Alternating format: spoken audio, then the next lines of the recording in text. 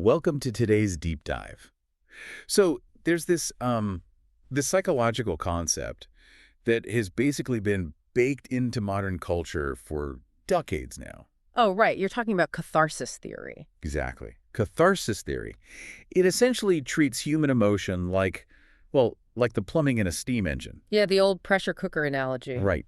The conventional wisdom tells us that anger, frustration, annoyance, they're all these fluids that build up inside a container. And if you don't open the pressure release valve and vent those feelings out, you're going to explode. You have to let off steam. Yes, literally let off steam. Like you have a terrible commute, you finally walk into the office, and you immediately unload about the traffic to the first coworker you see. We treat that venting as a fundamental health requirement, really. We do. But today, our mission is to dissect this fascinating piece of ancient advice that directly challenges that modern instinct.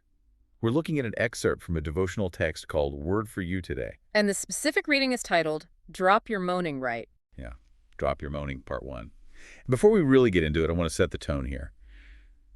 While this source text is a religious devotional analyzing a biblical letter, our goal for this deep dive is to impartially unpack the psychological and social dynamics the text presents. We're exploring ancient wisdom applied to everyday human friction. Exactly. So the core hook of this text is built around a single 6-word line from a biblical letter written by the Apostle Paul. It's Philippians chapter 2, verse 14. And in the New King James Version, it says, "Do all things without complaining." Wow. Just do all things. Okay, let's unpack this because, my immediate reaction to reading that was intense skepticism. The extreme absolutism of that phrase is just jarring. It is an incredibly demanding behavioral baseline. Right.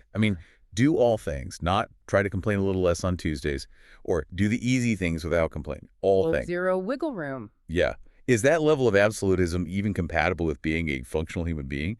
Like, the source text itself admits right out of the gate that this is a huge challenge. It definitely doesn't shy away from the near impossibility of it. When you use a modifier like all, you're not leaving any space for the bad traffic or the burnt toast or, the incredibly rude person in the checkout line. So you just had to take it. Well, that's the thing. That near impossibility seems to be the entire point. The author of the source text immediately asks why Paul would issue such an extreme directive and why it actually functions as, quote, very solid advice. And to understand the why, we kind of have to look at the contextual sandwich of Philippians. Like fictional real estate, exactly. Right, because Paul is doing something very deliberate with the sequence of his argument here. He is. If we map out the text surrounding that specific warning, it tells a really clear story. Before the anti-complaining directive, Paul tells the Philippians that God is working through them to bring about things that please him. So they have this massive cosmic purpose. Right. And then, immediately after the warning against complaining, he diagnoses the society they're living in. He describes the surrounding environment as crooked and perverse. Which is pretty intense phrasing. Very intense. And he tells these early Christians that their specific role is to be a light in that far from God, broken society. Okay, so you have a statement of high purpose, followed by a description of a dark world. What's fascinating here is that the placement of this anti-complaining rule is not an accident. The source argues it's deliberately sandwiched right in the middle of telling them to shine a good light into a dark world. It's the bridge. Yes, the placement is the operational mechanism. The warning against complaining isn't just, a random piece of polite etiquette. It's not just about having good manners. Exactly. It is the specific tool required to achieve the goal of being a light. Think about human behavior in a high-friction environment. When you live in a crooked and perverse society, the default reaction to that friction is to complain.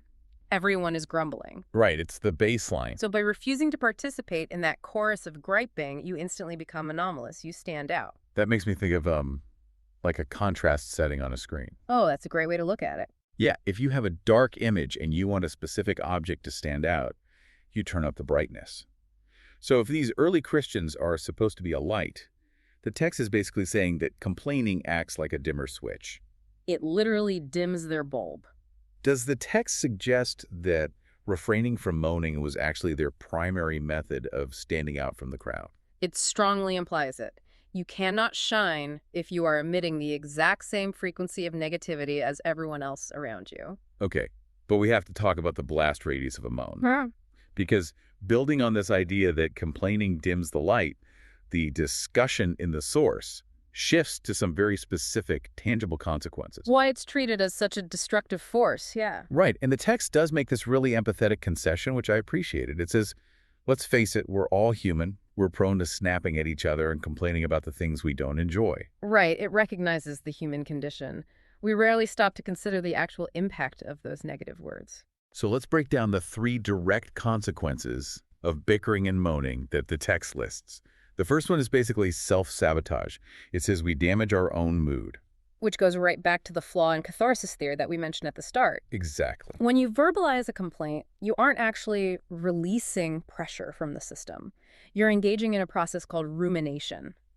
You're actively rehearsing the grievance. You're forcing your brain to re-experience the negative emotion. Yes, which floods your system with stress hormones all over again.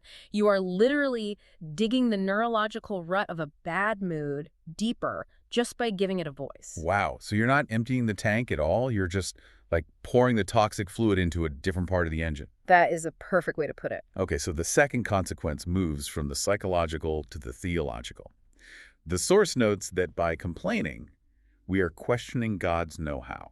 Which, as the text notes, will be explained more in tomorrow's reading. But the implication is pretty massive. Yeah, it's a fundamental expression of doubt. Right. If you hold the worldview that a sovereign entity is orchestrating events, complaining about the weather or traffic is essentially a critique of the management. Right. But here's where it gets really interesting for me. The third consequence. The collateral damage. The dark cloud. Yes. The text says we drag down those who have to listen to us.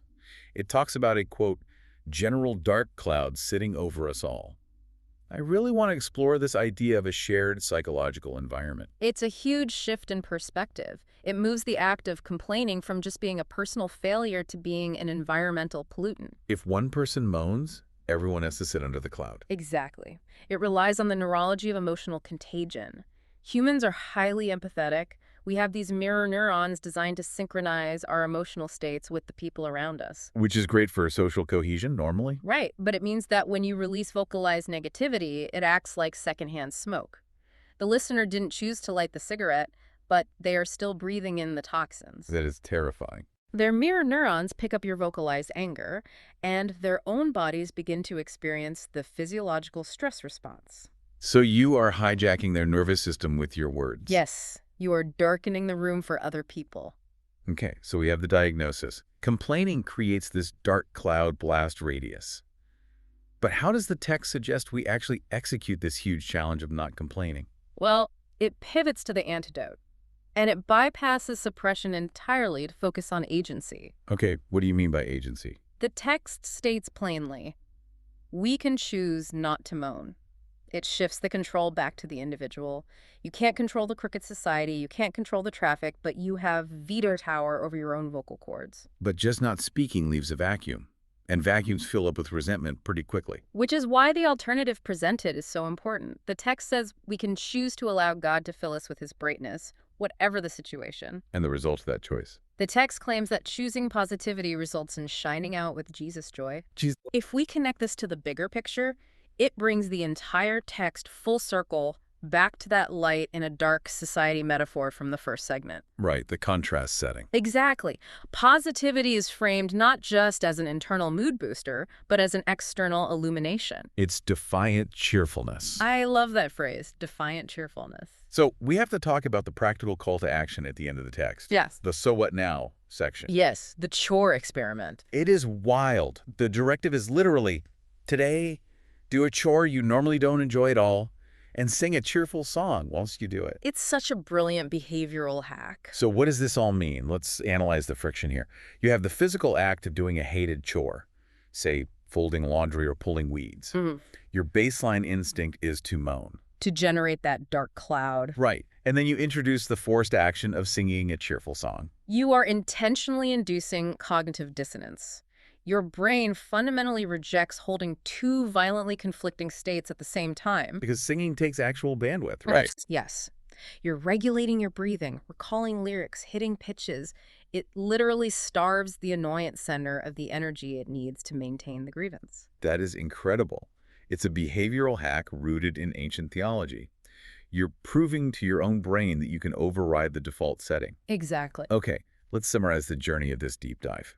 We started with the absolute challenge of not complaining, unpacked the light in a dark world context of Paul's letter, examined the dark cloud blast radius of a bad mood, and ended with this incredibly practical challenge of singing through a dreaded chore. We covered a lot of ground, and this raises an important question, actually. Oh, what's that? Well, a final provocative thought for you to mull over. The source explicitly warns about the impact of our negative words and the dark cloud of vocalized grumbling, right? That's right, the secondhand smoke. But if the ultimate goal is to allow brightness to fill us so we can shine Jesus' joy into the world, how much does our internal unspoken complaining, the moaning we keep entirely inside our own heads, still manage to dim that light? Oh, wow, the silent grumble. Yeah. Can you truly shine if you are silently grumbling while forcing yourself to sing that cheerful song? Does the dark cloud just stay trapped in your own head? That is a heavy, fascinating thought to leave on. Thank you so much for joining us on this deep dive. Go tackle that unenjoyable chore with a new perspective. Try to override your default settings and, well, let's see how loud you can sing. We'll catch you next time.